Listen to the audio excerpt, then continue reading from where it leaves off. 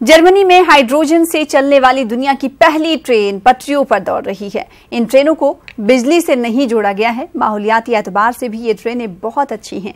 इसके अलावा हाइड्रोजन की वजह से ट्रेन की रफ्तार पर भी कोई असर नहीं पड़ा है।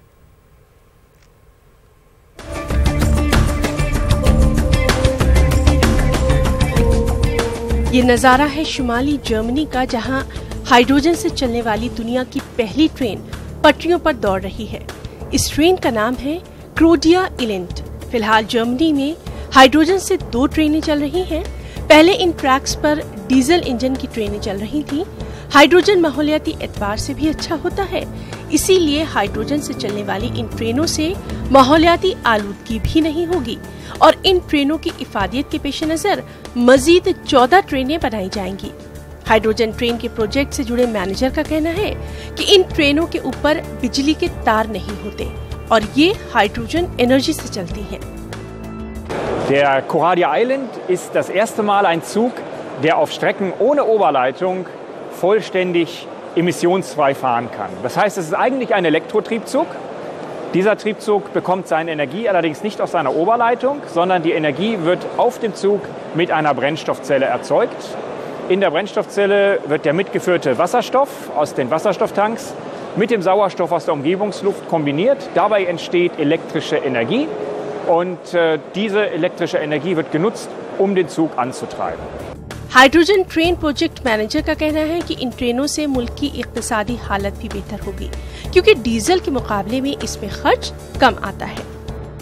Wir haben viele Strecken, die sind nicht elektrifiziert. In der Vergangenheit war die einzige Möglichkeit, dort Schienenverkehr zu betreiben mit Dieselantrieb.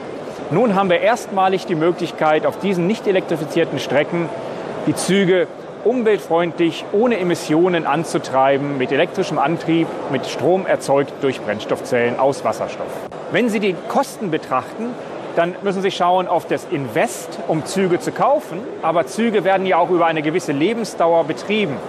Das heißt, 30 Jahre lebt so ein Zug, wird so ein Zug eingesetzt. Und über diese 30 Jahre müssen Sie diesen Zug instand halten und die Energie für diesen Zug bereitstellen. Und wenn man dieses alles zusammennimmt, die Kosten für den Zug, die Instandhaltung für den Zug und die Lebensdauer, dann ist es schon heute wirtschaftlich interessanter, vorteilhaft mit Wasserstoff zu fahren im Vergleich zu Dieselantrieb। वहीं माहिरीन का मानना है कि हाइड्रोजन ट्रेनों से माहौलियात पर भी बुरा असर नहीं पड़ेगा। So ein Wasserstoffzug ist natürlich nur so sauber wie der Wasserstoff, den er verbrennt bzw. in der Brennstoffzelle einsetzt in dem Fall. Da muss man schauen, wo der herkommt. Wenn der aus Erneuerbaren kommt, erneuerbarem Strom hergestellt wird, dann ist er zunächst erstmal CO2-neutral, wenn das echter Ökostrom ist. Und ja, deswegen kann man schon sagen, wenn vernünftiger Wasserstoff eingesetzt wird, ist der per se erstmal CO2-neutral।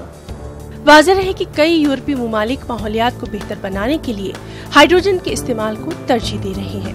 Hydrogen की वजह से इन ट्रेनों की रफ्तार में कोई कमी नहीं आई है। ये ट्रेन 140 किलोमीटर फी घंटे की रफ्तार से चलती हैं, जो कि डीजल इंजन ट्रेनों की रफ्तार है। ब्यूरो रिपोर्ट, न्यूज़ 18 उर्दू।